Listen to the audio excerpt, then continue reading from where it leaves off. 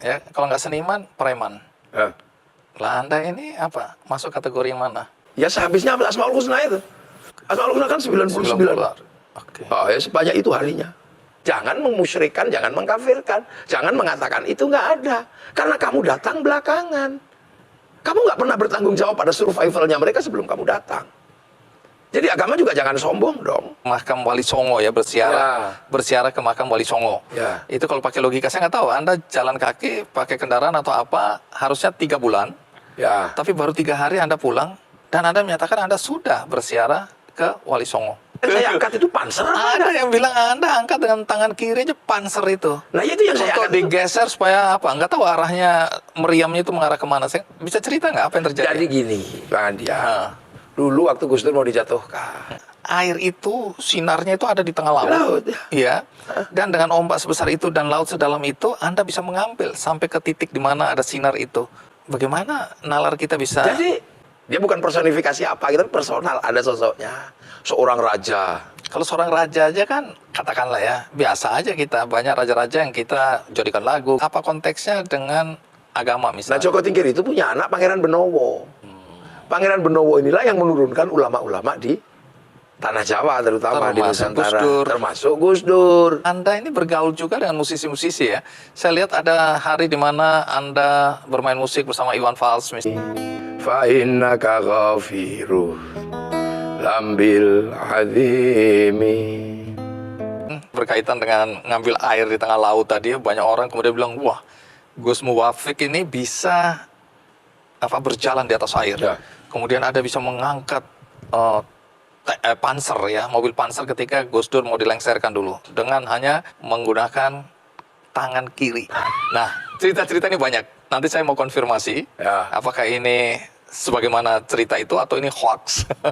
Ngangkat batu gede sebelum ada traktor, bulldozer, pakai apa? Mereka pasti juga minta sesuatu. Nabi Sulaiman, kita ajak ngomong makhluk-makhluk itu. Kamu sekarang sudah bukan waktunya lagi makan. Karena nenek-nenek anak-anak sekarang sudah punya teknologi di luar teknologimu. Ini kan teknologi yang disebut teknologi makhluk astral itu, Mas Andi. Nah itulah makanya kiai itu jangan mudah-mudah. Dulu sebelum ada agama yang diajarkan oleh Rasulullah masuk sini, nenek moyang kita itu biasa berhubungan dengan kayak gitu. Keturunan keempat Syekh Abdul Qadir Al-Jilani di situ. Syekh Abdul Qadir Al-Jilani itu Sultanul Aulia, rajanya para wali. Mungkin kalau dalam bahasa Mas Andi santo lah ya. Itu bisa berubah menjadi 1 jam. Kalau asisten pribadi Gus Dur itu bagaimana ceritanya kok? Di negeri ini banyak kiai yang unik, nyentrik, baik pembawaan, baik perkataan, dalil-dalil yang disampaikan, maupun juga gaya berdakwahnya. Kiai-kiai yang unik ini menjadi perhatian banyak orang. Salah satu yang menjadi idola saya adalah Gus yang satu ini yang hari ini saya undang. Namanya adalah Gus Ahmad Muwafiq. Terima kasih Gus, Ya. sudah mau hadir. Pertanyaan pertama ini penting Gus, mengenai rambut. Ini perbedaan ekstrim antara kita dua. Rambut panjenengan ini adalah keunikan, tapi banyak menimbulkan pertanyaan. Ini kalau boleh dicek panjangnya udah seberapa ini rambut ini? Oh panjang. Sampai saya lihat di pinggang itu ya. Ya, sampai segitulah. Cuman kan diikat. Diikat supaya kelihatan lebih rapi gitu ya. Ya, tapi kalau dibuka nanti modis nanti. Nggak bisa.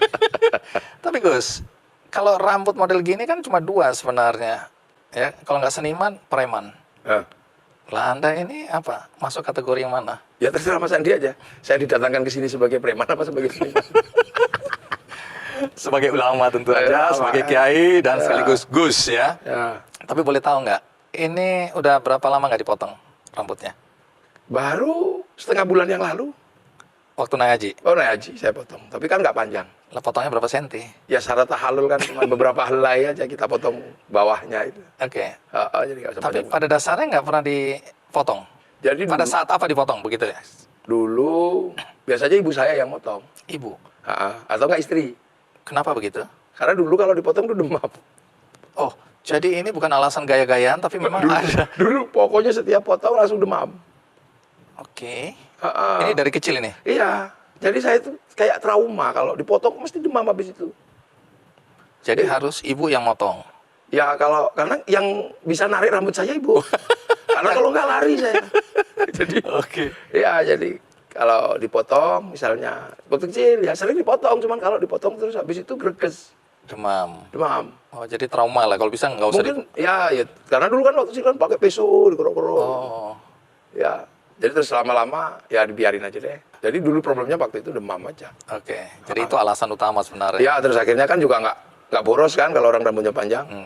Nggak pergi ke salon, nggak potong. Tapi nggak bisa shampoo, kalau saya kan nggak. Nggak juga, karena ini juga jarang disampo. Lu kan kiai juga nggak, Iya. bukan pekerja di Saya lihat ada video terakhir itu main hujan-hujan itu. Saya bilang, Nah itu memang hobi saya. hah? Hobi.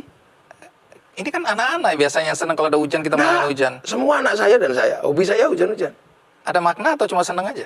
Ya kata Al-Quran kan tegas. Air yang turun dari langit itu adalah air barokah, ya sudah. Saya di Mekah itu musim dingin, Hah? waktu bulan Desember hujan, semua orang lari ya hujan-hujan aja di situ. Dan tidak sakit. Enggak. Ini kan sehari-hari ini paling rapi nih saya lihat Anda ya. Biasanya cuma pakai kaos oblong aja Ya. ya. Kalau sendalnya ya dari dulu begini lah. Enggak, ini lebih bagus. Oh, ini lebih bagus. Lebih bagus. Ya, terima kasih, Mau terima kesini kasih. kan harus Iya, pakai iya, sendal. iya. Biasanya jepit swallow itu. Tapi sebagus-bagusnya ya. Ini sebagus-bagusnya. Nyuwun sewu nggih, Gus ya. Ya. Ya jane elek. Lah iya kan. Ya namanya juga alas kaki aja bagus-bagus. Iya, Apa-apa. iya. Oke, Orang nanti kan kalau udah lihat saya itu kan lupa baju saya, lupa. Yang mau dicari kan sayanya. iya, iya, bukan sendalnya, bukan bajunya. Iya, menarik. Iya. Gus, ini bagus juga nih statement ini, Gus. Saya teringat ya percakapan saya dengan seorang teman. Di negeri ini orang lebih menghargai kemasan daripada isi. Artinya orang menghargai orang yang wow tampil dengan jas mahal, dasi mahal, sepatu mahal, mobil mahal. Itu kesannya lebih dihargai, dihormati. Kita nggak tahu hartanya dari mana. Tapi pokoknya orang yang tampil seperti itu dimuliakan. Mereka lebih menghargai kemasan. Nah ini kalau menurut Anda bagaimana nih? Ya itu pilihan sih sebenarnya. Pilihan dan tergantung karakter orang gitu kan. Tapi saya sendiri ngerasa kalau begitu tuh capek. Misalnya pakai serban, ini kan capek. Padahal orang itu kan mau cari kita, bukan cari serbannya. Jadi lupa. orang sebenarnya yang dicari ya, lepas dari penampilannya. Iya, karena pakaiannya. yang datang ke tempat saya itu kan dinamikanya nggak bisa dihitung. Ada yang bermasalah dan sebagian besar bermasalah. Gitu. Yang dicari itu saya, kalimat saya, bukan penampilan saya. Karena tamu itu ritmenya tuh nggak pernah berhenti. Kadang nggak sempat ganti baju, nggak sempat.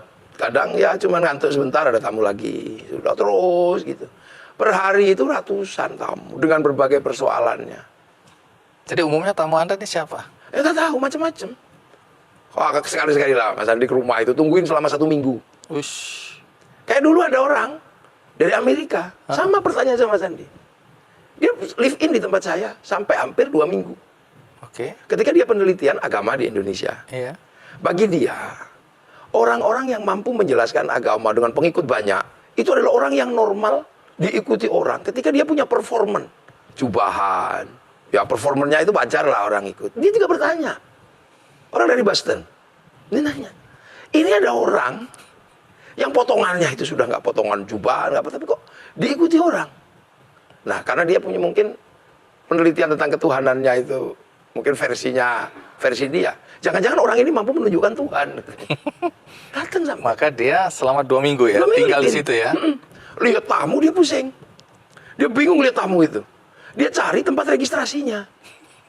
Dan selama konsultasi itu berapa bayarnya? Dia itu. Ya kan pakai nalar dia kan. Iya, iya. Dia sampai ke dapur, kemana nyari. Dia lebih kaget lagi ketika tamu yang datang itu malah saya kasih duit. Nggak cuma Mas Andi yang bertanya.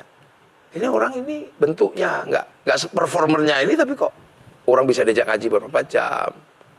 Jadi mungkin Mas Andi itu pertanyaan yang orang yang bertanya yang kesekian sudah. Ada orang-orang yang memang sudah pada level nggak penting lagi lah ya, kemasan tadi. Orang mau menghargai kita ya apa adanya, apa yang dilihat. Sesuatu yang kelihatan membuat kita kelihatan mewah, megah gitu belum tentu juga ya. Capek, Orang kan? menghargai, capek lelah kita. Sehari misalnya ngaji, men. Di 8 tempat. Terus kalau kita dandan capek. Saya tidur gitu di mobil. Begitu waktunya ngaji turun orang udah pada salaman. Saya mau dandan nggak bisa. Akhirnya pakai peci aja belum. Nah, serban belum udah. Makanya di istana juga begitu belum. Ya sudah mau gimana? Nah, nanti saya tanya di istana. Istana kan ada protokolnya ya. Saya kalau masuk istana nggak boleh pakai jeans, nggak boleh macam-macam. Tapi nanti cerita ya. Ya. Sekarang kita simak dulu tayangan berikut ini.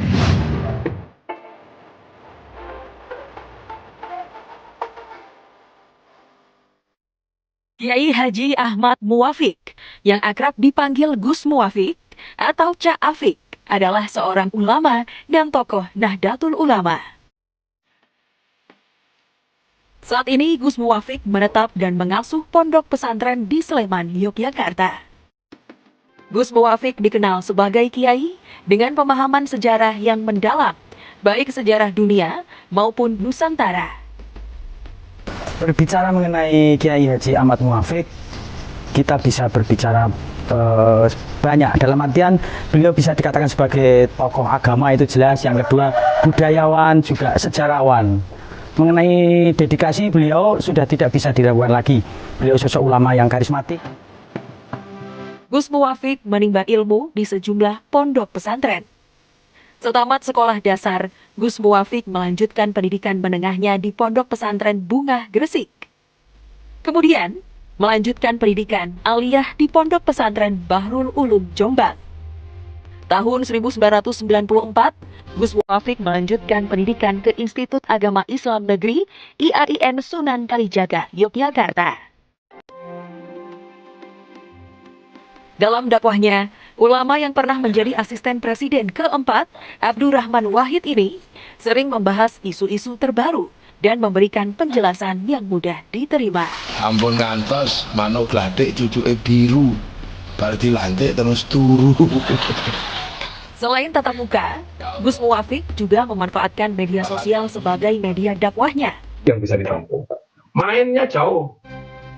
Selain mengasuh pondok pesantren dan berdakwah, Gus Muwafiq sering menjadi pembicara di seminar-seminar baik di kampus-kampus maupun lembaga pemerintahan.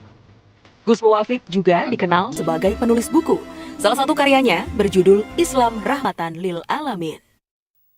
Anda beberapa kali nih diminta untuk ke istana dakwah dengan pakaian yang seadanya seperti ini. Itu dibawanya sendal kayak gini juga? Ya. Nah, protokol kan biasanya agak ketat itu, Gus. Nggak diminta ganti baju atau sedikit berpakaian yang layak gitu? Ada persyaratan-persyaratan itu. Pakai jas, pakai ini. Tapi begitu saya datang sudah begitu. Masa disuruh pulang pakai jas? Tapi Gus Ada. diminta gitu Diminta, tadinya. jadi ada formnya kan. Heeh. Ada pakai jas. Tapi nggak peduli gitu, nggak mau. Ya nggak punya jas. Saya itu nggak punya jas. Celana nggak punya. Sarung banyak. Sarung banyak, putih semua. Oke, jadi nggak apa-apa itu akhirnya masuk ya, namanya diundang oleh Ya presiden namanya ya. diundang. Itu nggak risih gitu. Sayanya nggak risih, nggak tahu yang lihat. Tapi nggak juga, waktu itu happy-happy aja. Happy-happy. Dari waktu yang mestinya tidak sekitar 20-an menit, itu bisa berubah menjadi 1 jam. Kalau asisten pribadi Gus Dur itu bagaimana ceritanya kok bisa jadi Itu asisten dunia lain. dunia lain? Iya, jadi bukan dunia yang di permukaan. Jadi apa itu pengertiannya? Ya kan di dunia kiai itu kan ada problem-problem yang orang sering disebut dalam bahasanya problem invisible hand itu lah. Oh. Ya itu, bagian wiritan, bagian dikir itu aja. Nah kalau nggak salah katanya ceritanya yang beredar ini Gus Dur mencari panjenengan ya? Itu jadi gini, dulu ada di Jogja itu namanya Agus Wiarto. Itu kawan karibnya Gus Dur. Nah, Gus Dur dia bilang dicari sama Gus Dur. Mosok. Emang dicari, terus akhirnya saya disuruh berangkat ke Malaka. Ngapain ke Malaka? Ya disuruh itu tadi yang bagian Yang orang nggak bisa. bisa itu. Ini alam lain lah ya, Iya, dunia lain. disuruh ke Pulau Besar. Oke, ngapain di sana? Ya disuruh wiritan. Wiritan. Wiritan. Oleh Gus Dur. Gus Dur. Terus? Ya, tak pikir ditemani, katanya cuman Gus Durnya balik saya di sana. Di Pulau Besar itu ada makam gede. Ini tunggu dulu, sebelum itu kan Anda waktu itu masih mahasiswa ya? Zeh. Nah, terus kemudian waktu ketemu Gus Dur, sama Gus Dur diperintahkan ini, wiritan Iya, dulu. udah berangkat gitu aja. Anda berangkat. Berangkat. Terus di sana ada di Dia- Malaka ini ya? Di Malaka. Oke. Di sana kan ada seorang wali. Nah, ini cerita tentang wali ini kan hanya di NU aja, makanya cerita ini kalau menjadi cerita publik kan jadi lucu juga. Apalagi cerita yang orang nggak percaya wali gitu. Ini kalau di kalangan NU khas, dan itu biasa aja. Di situ ada makam wali, Iya. namanya Syekh Ismail. Keturunan keempat Syekh Abdul Qadir Al-Jilani di situ. Oh, Syekh Abdul Qadir Al-Jilani itu Sultanul Aulia, rajanya para wali. Mungkin kalau dalam bahasa Mas Andi santo lah ya. Oke. Iya. Nah, ini kan sesuatu yang hari ini memang menjadi sangat rumit ketika dibicarakan. Karena ini wilayah-wilayah yang sangat dalam pandangan positivistik, ini kan nggak realis. Gitu kan, ini nggak realis. Nah itu makanya hal-hal seperti ini menjadi ketika disampaikan ke ruang publik ya ada yang happy-happy aja, ada yang itu ngomong apa gitu kan. Emang ini sebenarnya wilayah-wilayah yang tersembunyi. Karena wali itu tidak ada yang mengerti kecuali wali. Oke. Dan Jadi, itu hanya bakasan-bakasan di kalangan santri. berapa lama Anda di Malaka? Ya sehabisnya Asmaul Husna itu. Asmaul Husna kan 99. Oke. Oh, ya sebanyak itu harinya. Terus Ketemu sesudah ular. itu balik ketemu Gus Dur. Ya sudah. Karena di foto, beberapa foto kan Anda ada di belakang Gus Dur, Itu samping Gus Dur. Itu sudah foto sudah zaman Gus Dur berkuasa itu. Iya. Nah, kalau itu kan sebelumnya. Oke, iya. Tapi kan belakangan kemudian Anda dipanggil oleh Gus Dur kembali, terus mendampingi. Enggak juga. Kalau dunia lainnya aja. Jadi kalau ada Anda berarti ada sesuatu. Ada sesuatu gitulah. Nah itu tanya aja Sulaiman. Oke. Jadi kalau ada sesuatu yang apa gitu, panggil. Ya gitu aja tadi. Bukan yang resmi-resmi pakai jas itu. Enggak. Makanya kiai itu kan tugasnya banyak karena di Jawa itu kiai itu kan ada yang juga cuman manusia, Mas Andi. Ada Kebo juga Kiai Slamet.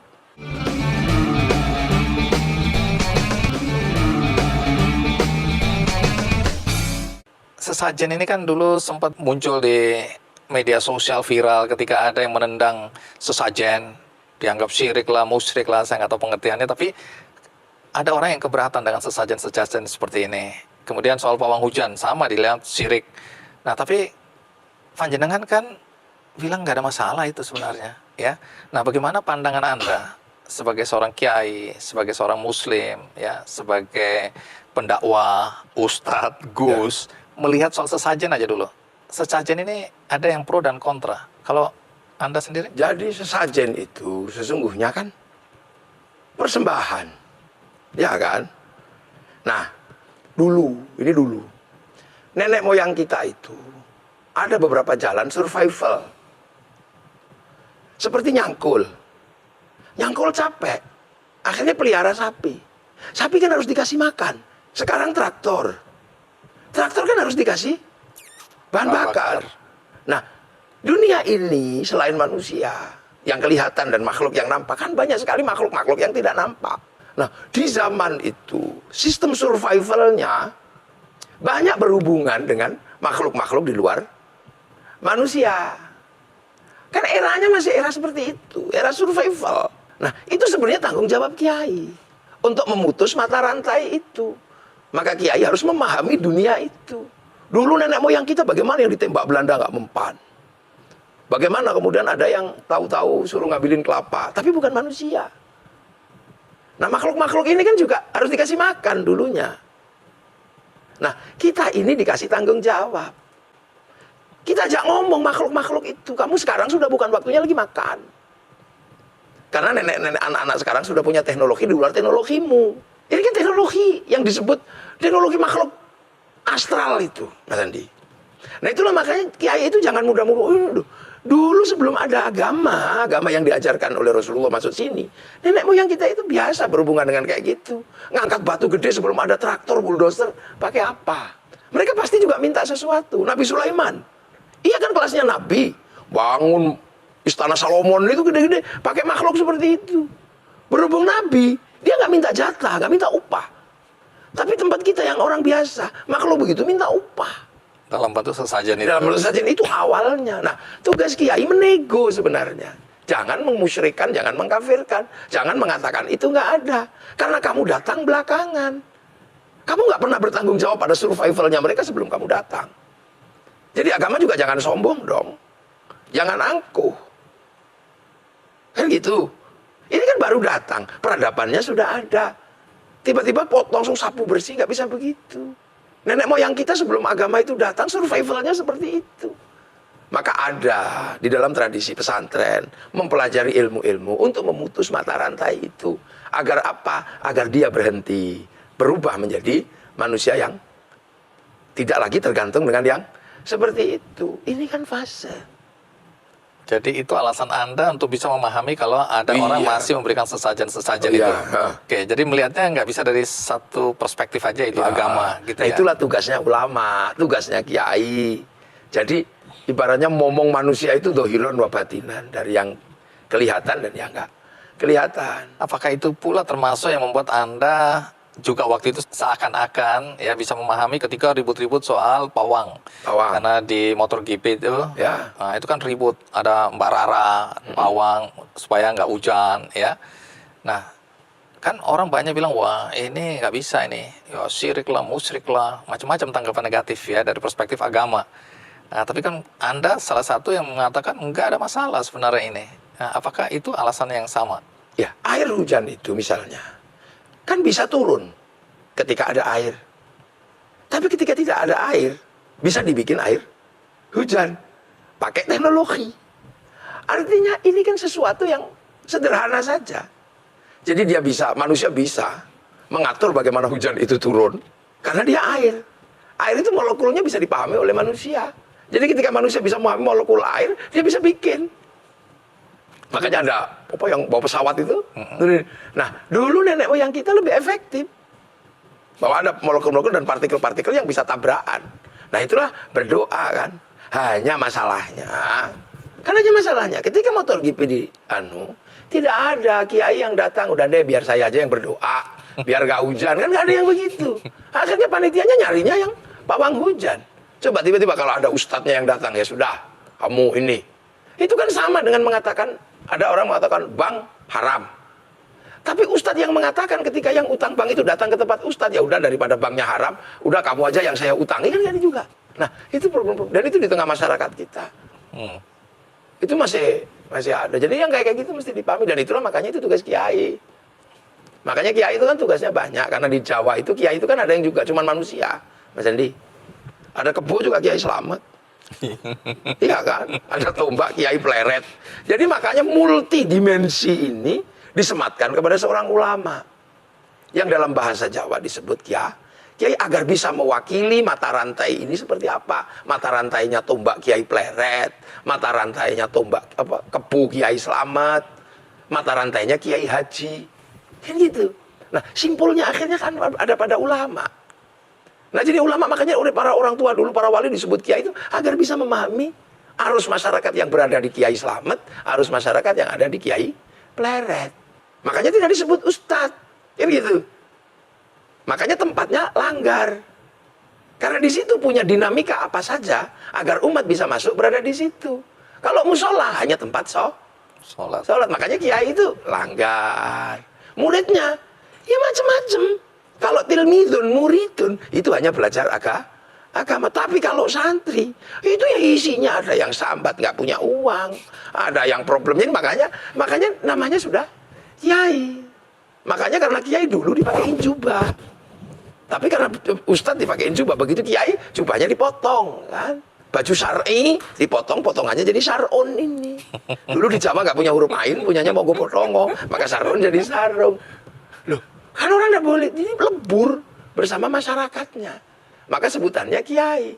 Sehingga dia harus memahami dimensi kiai-kiai yang lain. Karena kalau kiai ulama ini di luar struktur yang ini, itu kalau nggak ada wasitnya.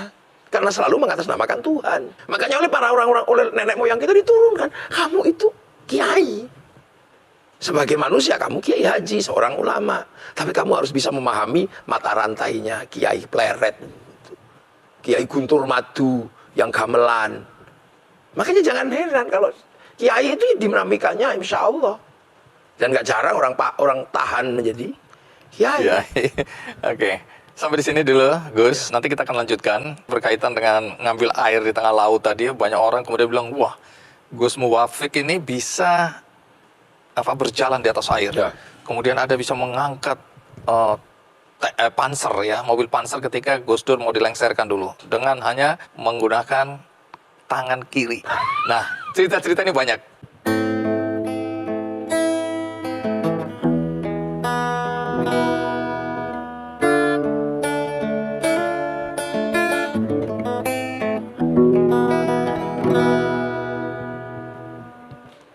La ilas tulil firdausi ala wala aqwa ala naril jahimi fabli taubatan waghfir dhunubi fa innaka ghafiruh dzambil azimi.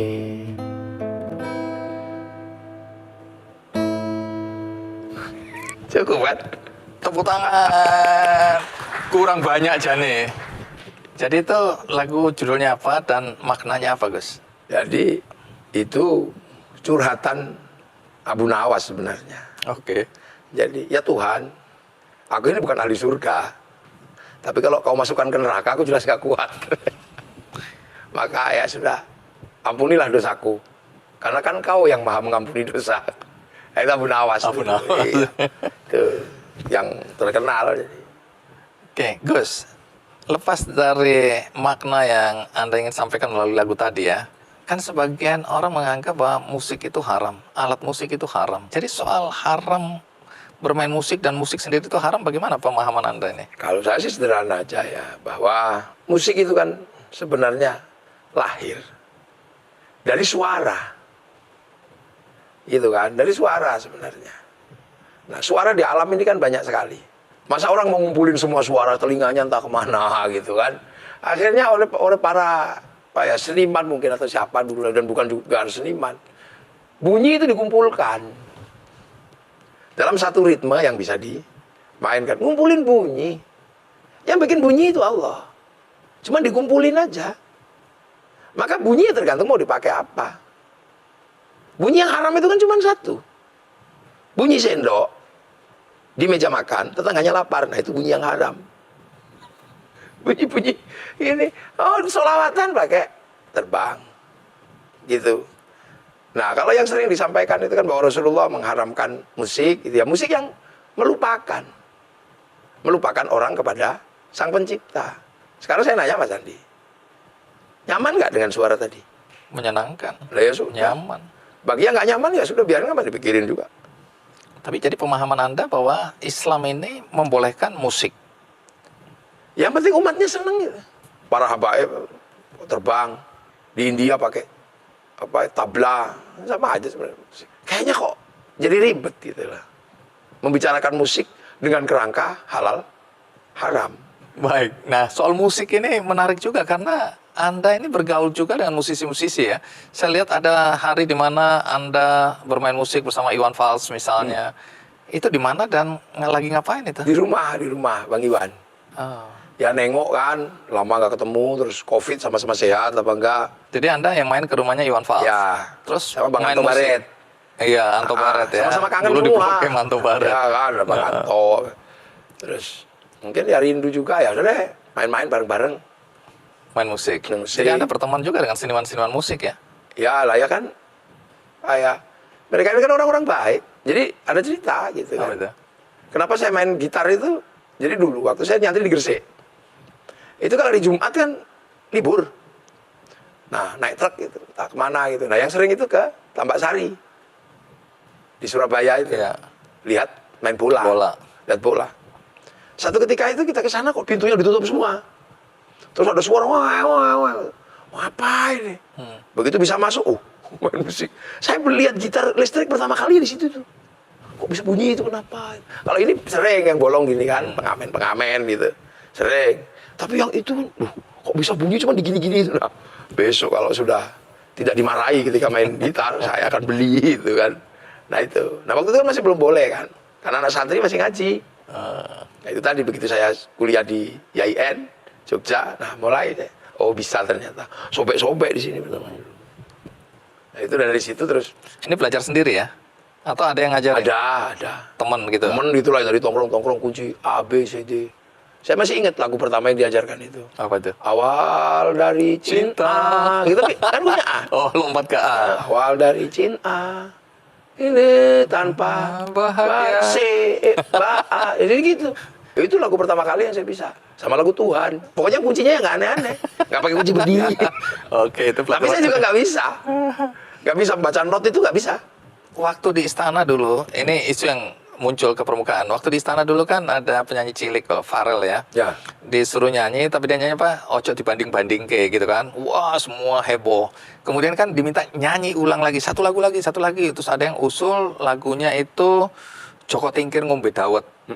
Nah, kemudian kayaknya ada masalah itu, terus nggak jadi. Nah, Anda kan termasuk yang marah ketika ada orang yang menyanyikan lagu Joko Tingkir ngombe dawet. Apa masalahnya sehingga Anda kok bereaksi nggak happy atau nggak bahagia dengan lagu Bukan itu? saya sebenarnya sih. Joko Tingkir ini kan tokoh, sosok gitu kan yang ya dia personal gitu. Dia bukan personifikasi apa gitu, personal, ada sosoknya. Seorang raja. Kalau seorang raja aja kan, katakanlah ya, biasa aja kita. Banyak raja-raja yang kita jadikan lagu. Apa konteksnya dengan agama Nah, misalnya? Joko Tingkir itu punya anak Pangeran Benowo. Pangeran Benowo inilah yang menurunkan ulama-ulama di Tanah Jawa, terutama di Termasuk Nusantara. Gus Dur. Termasuk Gus Dur. Itu konteksnya. Konteksnya. Jadi ini ada konteksnya dengan ulama-ulama. Iya, Jadi kita harus konteksnya. menghormati ya. Ya. Tahu-tahu dinyanyikan ngombe dawet itu kemudian liriknya menjadi Kan panjang tuh jadi macam-macam. Kalau Iya. kalau Joko Tingkir ngombe dawet itu aja nggak apa-apa. Tapi kan berikutnya itu jadi kemana-mana dan jadi mulai ruwet, mulai apa kan gitu. kurang respect pada Ya. tokoh Joko. Oh, itu ada yang membuat itunya. Anda juga keberatan. Ya janganlah gitu kan. Kalau Islam Nusantara ini kan menarik juga, Gus. Gus Muwafik ini kan juga yang termasuk mendukung adanya Islam Nusantara. Tapi pemahaman orang banyak bisa keliru. Wah, ini apa lagi? Ini ajaran baru lagi, ajaran apa lagi? Kita kan ya ajaran Islam ya Islam aja gitu. Nggak usah ada Islam Nusantara lah, Islam ini, Islam itu. Pengertian Islam Nusantara itu mungkin bisa jelaskan secara sederhana aja. Sederhana, Islam yang ada di Nusantara. Islam itu dari dulu sama, dimanapun. Jadi kalau Bang Adi pengen tahu kan, Rasulullah itu pernah ditanya, "Ma'wal Islam?" Apa itu Islam? Anta syahada an la ilaha illallah wa syahadu anna Muhammadar Rasulullah. Aku bersaksi tidak ada Tuhan selain Allah dan Nabi Muhammad utusan Allah. Itu satu. Nah, orang Nusantara itu kalau bersyahadat pakai bahasa Indonesia. Nah, itu tentara gitu. Itu yang kedua, waktu qimus sholat dan mendirikan sholat. Sholatnya sama, tempatnya beda. Tempatnya beda maksudnya? Ya kalau di sana kan Oh, ini di Nusantara. di Nusantara, sananya pakai jubah, sini pakai sarung. Sana pakai di Masjidil Haram ini cuma sebenarnya gitu aja. Zakat itu di sana pakai gandum, pakai ini, di sini pakai padi. Jadi sebenarnya lebih kepada bagaimana orang bisa menjalankan hal yang Islam dengan caranya orang Indonesia. Hajinya juga tetap ke Mekah. Nggak ada haji terus Nusantara terus hajinya ke Laut Selatan juga enggak. Tapi kenapa sampai perlu dikasih stempel Islam Nusantara? Kan toh selama ini juga kita melaksanakan kegiatan-kegiatan keagamaan Islam itu kan sebagaimana kita berada di Nusantara. Kenapa harus kemudian pakai stempel Nusantara? Seakan-akan ada yang salah ingin dikembalikan ke yang benar begitu. Ya itu kan dikasih nama kan, dikasih labeling aja. Gitu kan seperti orang Malaysia punya Islam Hadori. Ada jadi gitu-gitu. Gaya Malaysia. Ada semua ada itu. Jadi hanya orang-orang ini kan kadang nggak pakai baca juga. Jadi nggak ada referensinya, cuma nanya kepada orang yang tidak mengerti. Besok lagi kalau nanya Islam Nusantara, nanya ke NU. Nah, satu hal yang juga sering menjadi pembicaraan dan ini ramai diberitakan karena kasusnya dari waktu ke waktu nggak selesai-selesai, yaitu pelecehan seksual di pondok pesantren. Ya, kita terkaget-kaget lihat ada sekian santri perempuan yang diperlakukan tidak baik oleh ulamanya, ya, oleh kiainya. Nah, ini kan di mana-mana terjadi, Gus. Pemahaman Anda tentang situasi dan kondisi seperti ini apa? Ya mungkin ini kan sesuatu yang memang menjadi basic instingnya manusia. Bisa terjadi dimanapun. Pelakunya bisa Siapapun. Karena itu kan basic instingnya manusia kan. Yang namanya syahwat itu kan basic instingnya manusia. Itu bisa terjadi dimanapun. Hanya memang ketika terjadi di pesantren itu nggak pantas. Kan itu. Dan itu terjadi. Mungkin di tempat lain juga ada. Makanya kan sesungguhnya itulah yang sedang dikerjakan oleh para ulama. Apa itu? Mengelola syahwat. Nah itu terus. Nah mungkin ada yang belum bisa mengelolanya. Itu aja. Banyak. Nah makanya kan kemudian untuk urusan seperti itu ada hukum. Kan gitu. Udah nggak pakai dalil gitu. Kalau dalilnya pasti banyak lah. Pembenarannya pasti banyak. Ini tentang ini, tentang ini. Tapi karena ini memang basic instingnya manusia.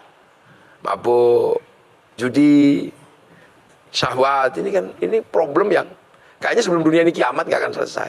Jadi Anda setuju kalau ada kejadian seperti ini urusannya kembali ke hukum aja? Hukum aja sudah. Tapi menurut Anda cukup mengganggu ini ya? Kalau Sangat dilihat- mengganggu. Sangat mengganggu. Dan itu menjadi problem bersama sebenarnya. Kebutuhan untuk pembelajaran itu harus terpenuhi.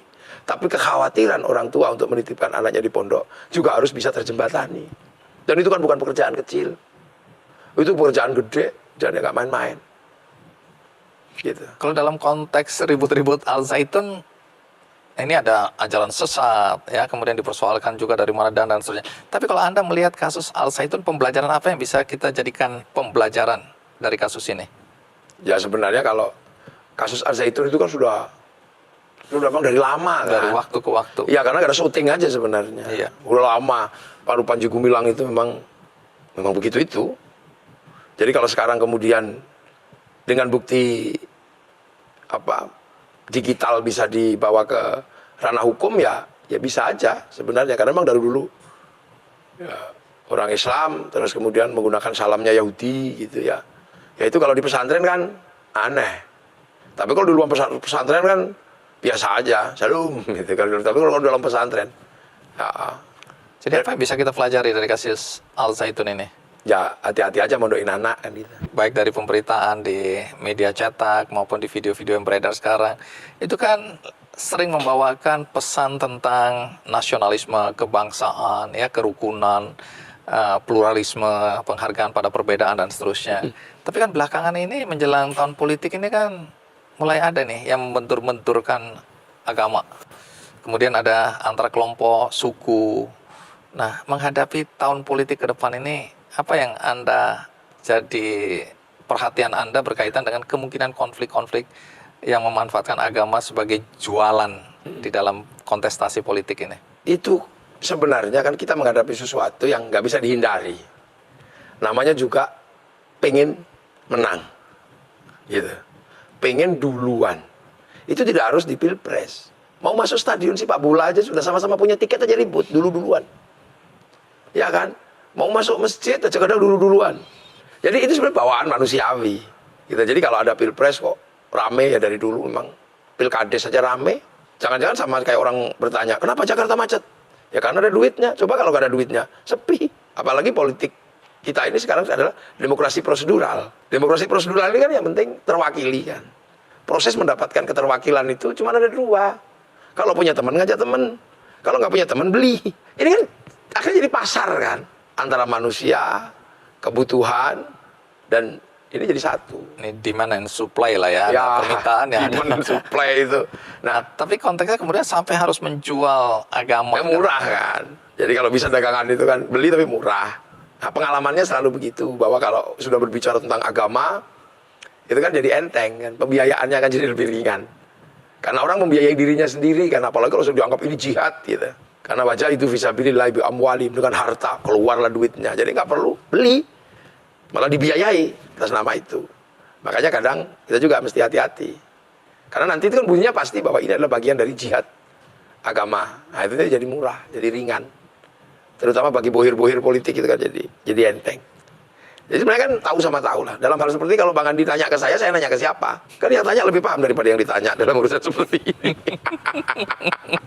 Mungkin ada himbauan Anda kepada masyarakat dalam konteks jangan sampai dimanipulasi dengan Susah. jualan agama. Susah, ya paling bisa menghimbau kan. Tapi kan agama ini sesuatu yang masuk ke dalam diri manusia. Soal keyakinan ya. Makanya udah menghimbau gitu aja. Digeneralisir gitu aja. Jangan. Gus, ini tadi kan saya udah terlanjur cerita ini soal kesaktian Anda yang banyak beredar di media sosial, juga ada ceritanya, dari mulut ke mulut juga ada ceritanya. Soal ambil air itu yang diperintah oleh Gus Dur ya. Nah, waktu itu kan air itu sinarnya itu ada di tengah laut. Laut, ya. Dan dengan ombak sebesar itu dan laut sedalam itu, Anda bisa mengambil sampai ke titik di mana ada sinar itu. Bagaimana nalar kita bisa... Jadi sama Mbak Hakim itu, sama Mbak Hakim Nganjuk. Iya. Pondok pesantren sekarang. Mbak Hakim ini ya. Mbak Hakim itu mursyid Sadiliyah. Wah, ada laut. Nah, kita itu kayak gak inget aja. Jadi, nah itu airnya ambil, ya kita ambil gitu aja. Setelah di pinggir baru inget lah, ini kan tadi laut. Jadi itu nggak bisa diceritakan pakai logika Nggak manusia. bisa. Kan gitu. Jangankan tentang itu, tentang cintanya nggak bisa diceritakan dengan logika. Susah, saya juga nggak bisa cerita. Jadi sering kejadian kayak gitu, Mas Andi. Terakhir ini misalnya, kita juga lupa. Jadi sekedar cerita aja ya. Iya. Di Mekah kemarin kan kreditnya luar biasa. Nih, saya kreditnya luar biasa. Jadi antara Mina sama Makkah itu tidak ada alat angkut, sudah macet semua. taksi macet, apa-apa macet. Saya sama istri. Terus, ya udah deh, kita setelah ini nafar awal kita ke Mekah. Nah, istri saya bilang, ayo mas, siapa tahu nanti kita bisa, kalau enggak ya jalan kaki kan gitu. Orang nyari angkutan nggak ada, semua kendaraan berhenti. Tiba-tiba ketika saya keluar, itu ada base tulisannya Indonesia. Zam-zam abadi itu, kalau nggak salah zam-zam abadi. Nah, saya berdiri di antara kerumunan orang yang demikian banyak. Tiba-tiba ada base itu berhenti. Kernetnya datang ke saya, Kiai ikut saya aja kalau mau ke Mekah. Saya naiklah ke base itu, yang lain nggak boleh masuk. Isinya cuma 2, saya sama istri saya. Diantarlah sampai ke Mekah, sampai ke hotel. Sampai di hotel, saya telepon, aku sampai hotel. Mana mungkin, kata saya video call, saya sampai. Itu ingat juga ketika sudah sampai di hotel itu. Di address hotel di Jabal Umar. Tadi itu bis apa? Ini baru kemarin. Jadi ketika itu kita nggak tahu. Kita sadar setelahnya. Setelahnya, loh itu bis apa tadi? Oke, menarik ya. Ini pengalaman spiritual ya. Sesuatu yang mungkin secara logika sulit diterima akal sehat lah ya. Logika sederhana kita nggak mudeng gitu loh, nggak bisa memahami ya. Termasuk waktu Gus Dur, detik-detik Gus Dur mau dilengsarkan itu. Ketika, wah tentara, panser, tank, itu. Nah, semua orang cerita, tapi saya nggak tahu ini benar atau tidak. Saya selalu menganggapnya ini hoax. Nggak tahu itu yang saya angkat itu panser. Ada yang bilang Anda angkat dengan tangan kiri aja panser itu. Nah itu yang saya Untuk angkat. digeser supaya apa? Nggak tahu arahnya, meriamnya itu mengarah kemana. Saya bisa cerita nggak apa yang terjadi? Jadi gini, Bang Andi, dulu waktu Gus Dur mau dijatuhkan, semua kan pengen terlibat. Membela Semua pengen Gus Dur. terlibat, bela Gus Dur. Oke. Tapi kan problemnya beda. Gus Dur ini problem parlementarian. Yang datang ini ekstra parlementer. Jadi bulat aja di sekitar gedung itu. Tapi Anda sadar nggak waktu ngangkat panser itu? Ya nggak tahu gini terus tiba-tiba gini, nggak tahu itu yang saya angkat itu panser apa enggak. Tapi kata orang-orang sih panser. Tujuannya apa waktu itu Anda ngangkat itu? Agar tidak kenabrak ini kan. Orang kan udah capek. Beberapa bulan nggak tidur semua terlentang. Saya khawatirnya kalau panser ini jalan terus, ini clear kan pembersihan. Itu kan pembersihan di sekitar istana. Jadi semua yang sudah ini harus bersih. Sementara Gus Dur dengan beberapa ulama membuat orang memang tidak boleh lagi di sekitar istana. Karena Gus Dur tiba-tiba dengan beberapa kiai membuat surat pindah. Gus Dur kan dibikinkan surat pindah oleh RT RW untuk pindah kembali ke Ciganjur. Artinya kalau orang mau bela Gus Dur, itu ya belalah ke Ciganjur. Sehingga apa?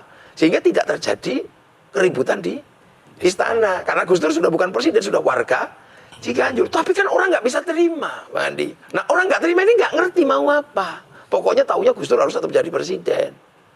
Para pendekar, para apa yang pulang datang ke situ sudah pamit istrinya, udah pamit mati, pamit apa. Sementara Gus Dur enak saja, ya sudah gitu aja kok repot kan.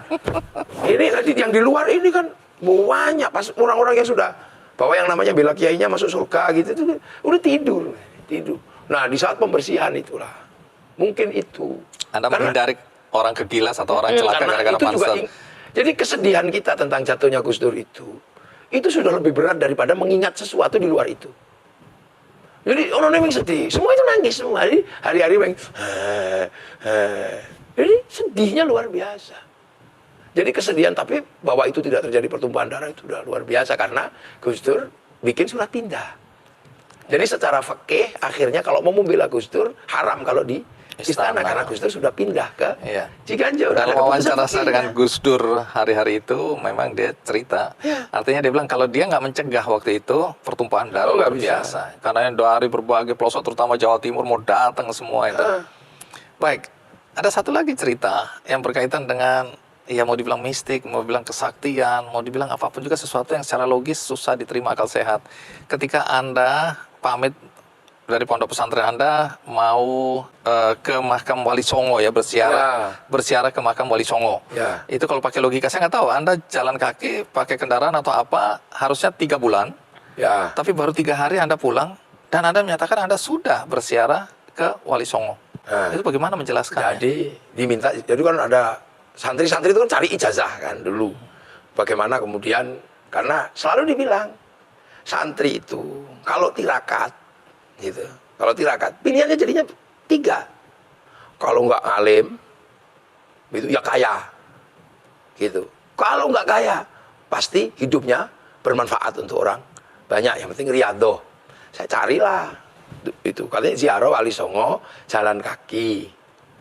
Iya, nggih Yai. Ya sudahlah, kita berangkat jalan kaki.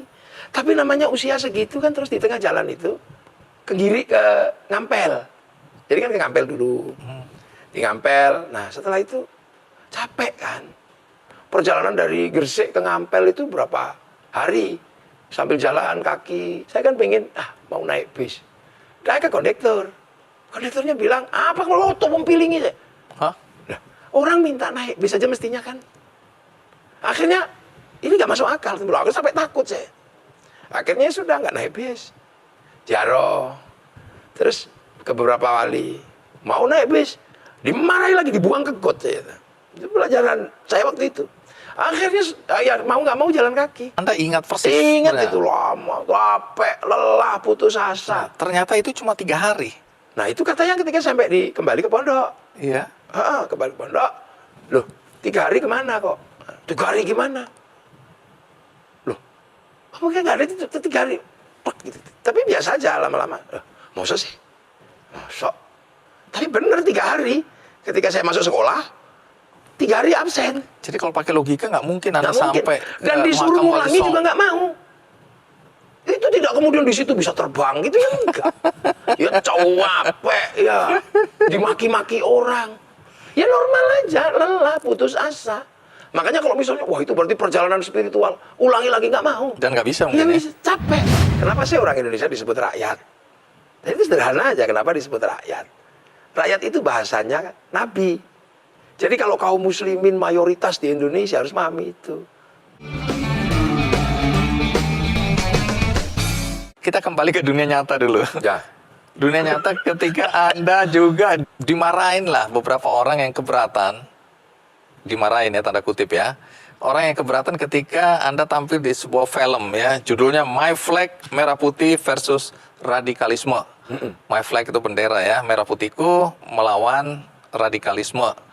Nah film itu kan Anda di istilah anak sekarang itu dirujak gitu. Iya. Gara-gara katanya di situ Anda seakan-akan mengadu domba umat Islam dan sekaligus merendahkan, melecehkan, apalagi istilah memfitnah atau apa ya, perempuan Muslim.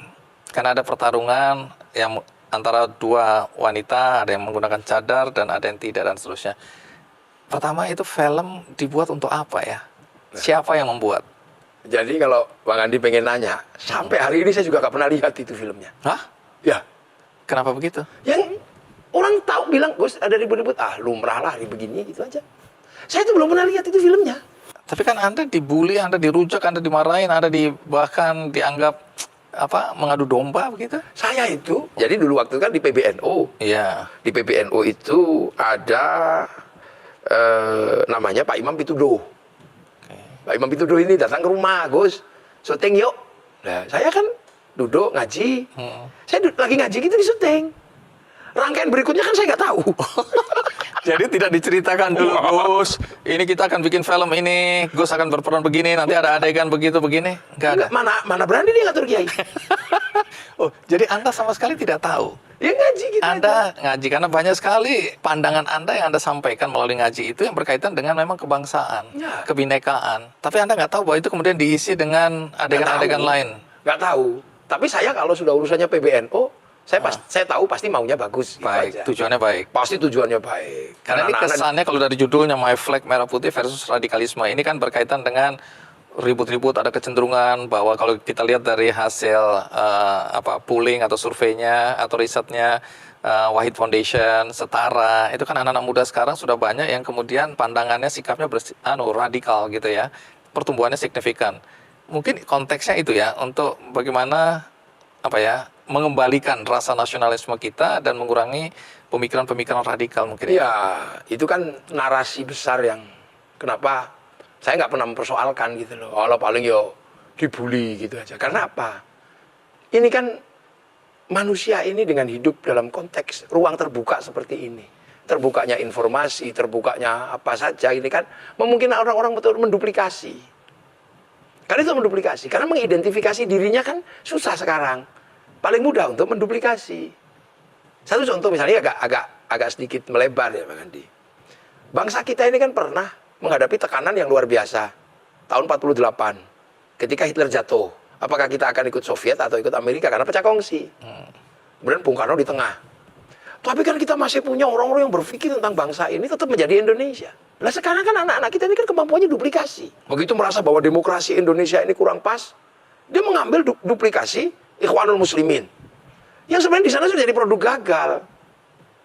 Ketika membayangkan tentang kekuasaan, dia membayangkan tentang khilafah tahririyah, yang sebenarnya di sana juga sudah gagal. Jadi anak-anak sekarang ini memang eranya. Kalau dulu kan sistemnya laduni. Laduni dalam bahasa agama adalah sebuah ilham yang diberikan oleh Allah langsung. Nah, bangsa yang berhasil itu sebenarnya kan bangsa yang bisa melakukan produksi. Ini kan dipaksa menjadi bangsa konsumen kita ini. Jadi bangsa yang gede ini dipaksa jadi pasar. Sadar atau enggak? Nah, agar tetap menjadi pasar, kebanggaan pada bangsanya dinafikan orang pada bangsa ini, sehingga makanan yang laku ya bangsa yang ini laku. Ini pasar gede. Oke, jadi Anda melihat ini sebagai bagian dari memang strategi untuk menjadikan Indonesia ini negara Pasar ya, di mana produk-produk itu dijual, kebanggaan pada bangsa sendiri tidak tumbuh dan berkembang, kita nggak akan jadi negara adidaya, sehingga kita akan terus menjadi pasar. Ya. Oke, jadi ini pragmatis sekali cara berpikir Anda. Artinya kita nggak terlalu melihat tinggi sekali bahwa ini adalah perjuangan ideologi, tapi sebenarnya ini adalah memang faktor eksternal yang mengganggu bangsa kita. Masuk aja. Jadi coba drakor masuk, wah ibu-ibu menangis. Setelah drakor apa yang masuk? Semua makanan Korea, produk Korea masuk. Ya, menarik sekali. Ini soal kebangsaan dan kekhawatiran tumbuhnya pemahaman radikal di kalangan anak-anak muda, ya. Lepas dari tujuan akhir apakah itu kita mau dijadikan pasar, tapi kan sudah terasa ini ada konflik-konflik ya di kalangan masyarakat kita. Jadi apa yang harus menjadi perhatian kita sebagai bangsa agar bangsa ini tetap bisa bersatu, ya, tetap bisa menjadi bangsa yang dicita-citakan oleh para pendirinya, ya, menghindari konflik dan lain-lain. Jadi apa nasihat Anda?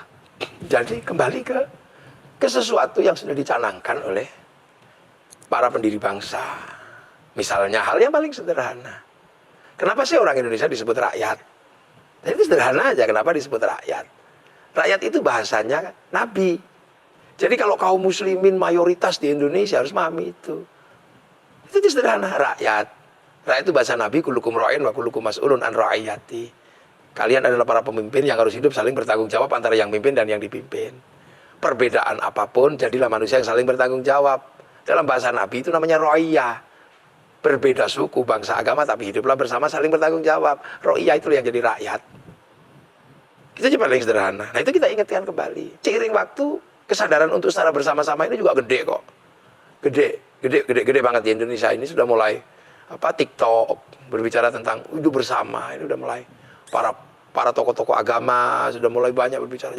Jadi Anda sendiri optimistis lah bahwa bangsa ini bisa tetap utuh, bisa menjadi bangsa yang kuat. Ya, kita aja hari ini nanti ini pasti juga akan dilihat oleh banyak sekali orang. Yang kayak begini sering-sering aja dibikin diskusi. Mungkin nggak usah terlalu formal.